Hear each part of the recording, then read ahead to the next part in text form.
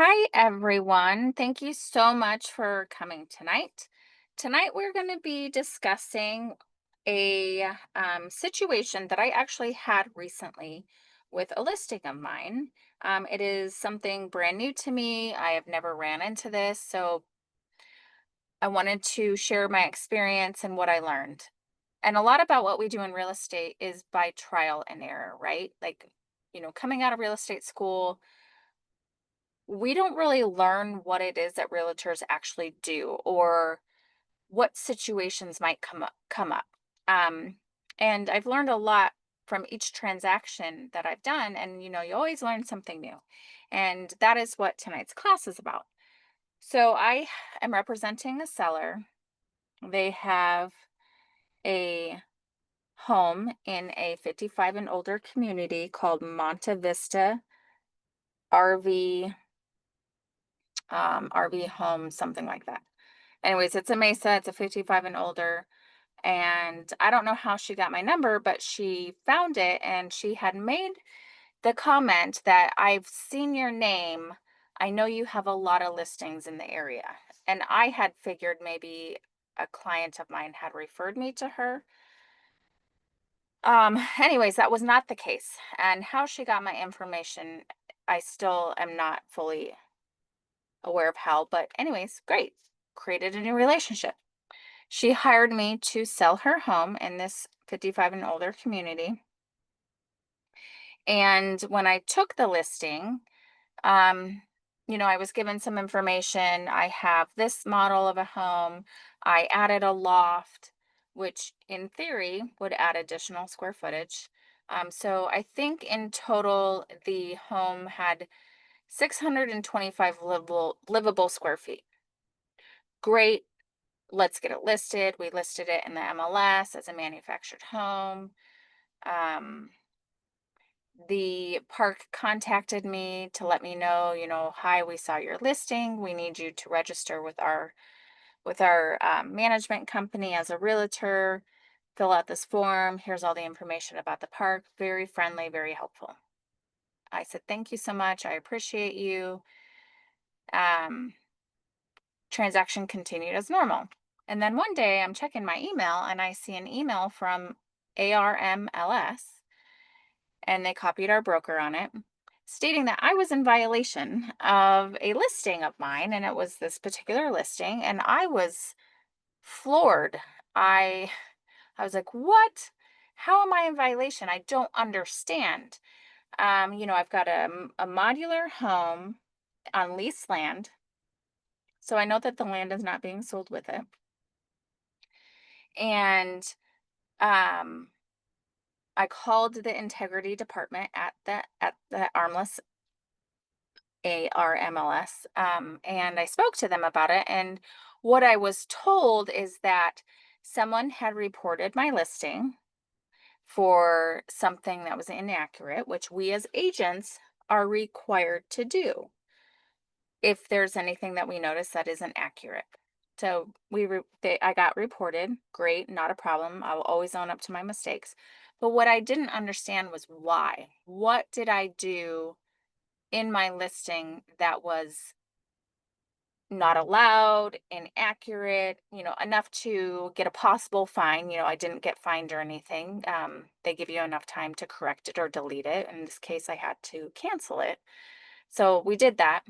But then I'm thinking to myself, well, no, I need to dig a little deeper of why I'm not allowed to list this in the MLS, because it's not doing my client, uh, it's doing them a disservice, because now it's not in Zillow, it's not in Trulia, it's not in homes.com, because when you enter it into the MLS, it pushes it out to all these websites. So I'm thinking in the back of my head, how am I going to advertise my client's home for sale? And again, it all came back to, well, why was I in violation? So I called again the integrity department, and they had stated that the home in question was not considered a modular or mobile home because it was under 400 square feet. And I said, well, oh no, sorry, that they told me because it's a park model. X, Y, and Z model. I said, yep, I know that. And they said, well, because it's a park model, we don't recognize it as as real estate. And I said, okay, well, I guess I need to understand what quote unquote a park model is. And so I contacted the management company and I spoke with the community manager. And I was told that yes, indeed, it is a park model. And park models, again, are not allowed to be put into the MLS. And I said, oh, that's weird. Like, okay, I get it. Hung up. And then I'm thinking, okay, but I still don't understand why this isn't considered a modular home. It's, could a mobile home be moved? Absolutely. Um, there's like a key thing that I didn't even think to ask is, was the home affixed to the land? And I knew that it was land lease, and you know they they can be moved, which is why it's a land lease. They don't own the land. But it can still be considered a modular home. I knew that they had a VIN number, which means that you don't go through a typical deed. It's basically everything's done at the DMV.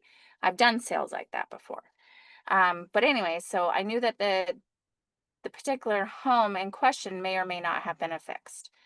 And I said, okay. So I called my client and I asked him, do you know if this home is affixed to the property? And she goes, I actually have no idea. And I'm like, okay, well, let me call the county records. So I contacted the county records and I asked them, and they said this property, in fact, is not a an affixed property. And I said, okay. And she said, but if there's a HUD stamp on the side of the home, then it can be recognized as real estate and it can be listed in the MLS. And she goes, however, I show that this home is only 374 square feet. And in order to be considered real property, I'm sorry, real estate, it has to be above 400 square feet. And I go, well, you're the first person to tell me this.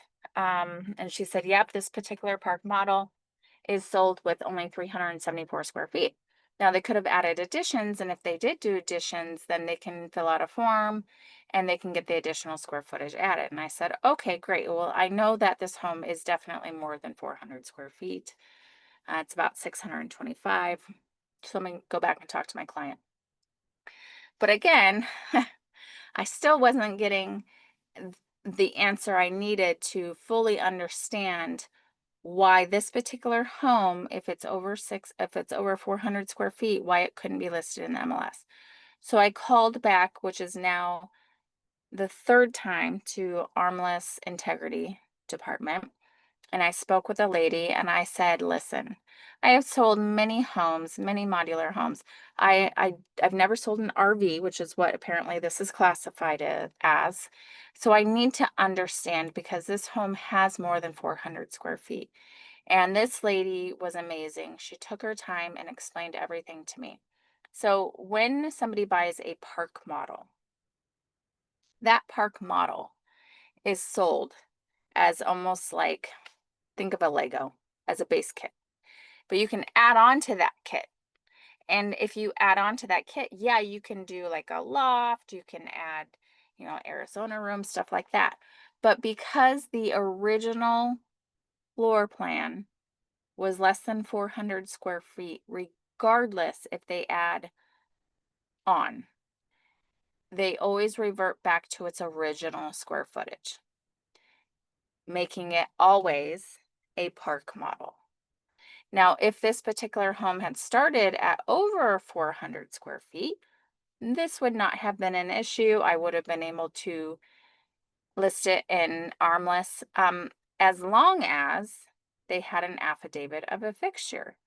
Now, this particular park will not grant an affidavit of fixture, which I was not aware of, for a park model.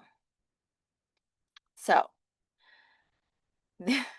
that is something that, if you ever do come in contact with someone in a 55 and older community and they have a modular home and it's petite, There's a couple questions that you need to be asking. Number one, was this an original park model? If it was, what was the initial square footage? If it's under 400 square feet, it is considered an RV and you cannot list it in the MLS. And I pulled up the MLS regarding this particular rule. And there's three scenarios which the manufactured and mobile homes are allowed to be listed.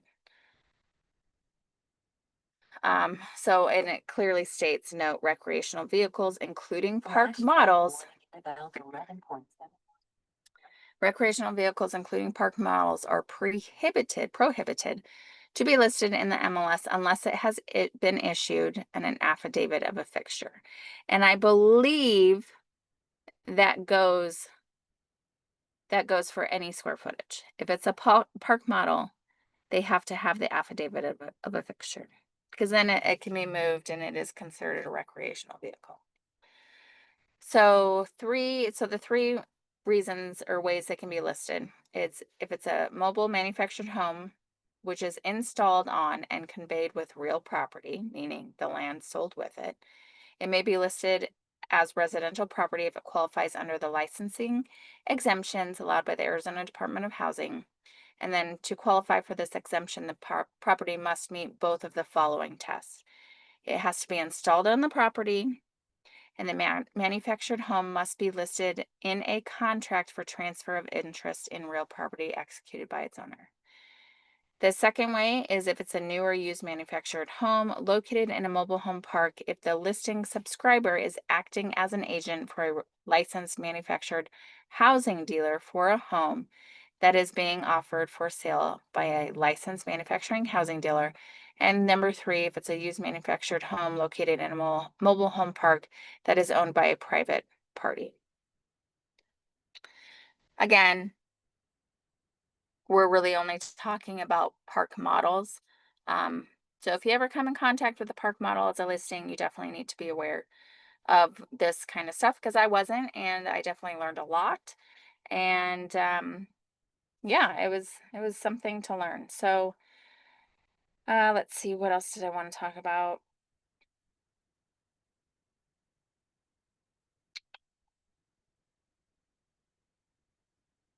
So going back to the flyer for tonight's class, can they be listed in the MLS? No, because it's an RV or a recreational vehicle. And we went over why or why not. Um, Based on that, do you have any questions?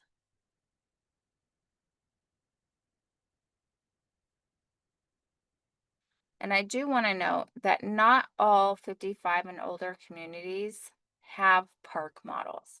Like I've mentioned, I have sold in many communities that are 55 and older that have modular homes. I have never ran into the recreational vehicle unless it was in this particular community, but I know that there's multiple communities all over the valley that are the Monte Vista. So you definitely need to be aware if the home that you're listing is a recreational vehicle, if it is affixed to the property, and if not, that's okay. It just may not be able to be listed in the MLS. And there's other ways around it too. Like I was talking to the MLS integrity department, and they said that the one way to get around it is if it's listed as land, even though it's not being sold with land. And I would err on caution with that, because the lady that I talked to one gentleman, he told me that, and then I repeated that to the lady I spoke to today, saying, well, can I still like relist it but list it as land? And she said yes and no. It has to be like really out there where nobody's around you. And she used Yellowstone as an example. She said if a recreational vehicle is on the property on land, it can be sold and listed in the MLS. But that's really the example she gave me. She said that in the city, or yes, city of Phoenix and surrounding areas, any kind of recreational vehicle that is not affixed to the property cannot be sold in the MLS. Or even listed as land. So one person told me one thing, another person told me another. So I would err on caution, even listing it as land. But I did speak with another agent who has done a lot of recreational vehicle sales, and she had stated that you can join another MLS that does allow it. I did not ask what that MLS was, because again, how many times am I ever going to come into this situation of listing a recreational vehicle? And if you feel that this type of transaction is more work than you're willing to take on, maybe you don't understand it enough, it is okay to refer it to another agent that has done these type of sales. Because again, at the end of the day, we're here to do what's best for our clients. And that is actually what I'm going to be doing in this situation, because I don't want to do my client a disservice. I want their home to get sold, and I want it to be in, all the sales sites that it can possibly be at. So I'm going to refer this one out to another agent that specializes, or at least has a couple under their belt and they know what to do. So yeah, so I just wanted to share my experience about recreational vehicles, or park models, which is what this was called. And I hope that you've learned something from it, so that if you ever come into this situation where you're like, I remember when Tina mentioned if it's small in square footage, to ask these couple questions. And again, those questions are: is this a park model? Is there an affidavit of a fixture? Um, those are the two main ones. I always go back to, if it's a park model, what was the original square footage? And I think that's it. So, without any questions, that is the end of tonight's class. It was short and sweet. But again, I just wanted to cover that one area, because again, something I came across, and I always like to help you all become better agents. Have an amazing night, and I will see you at the next class. Bye.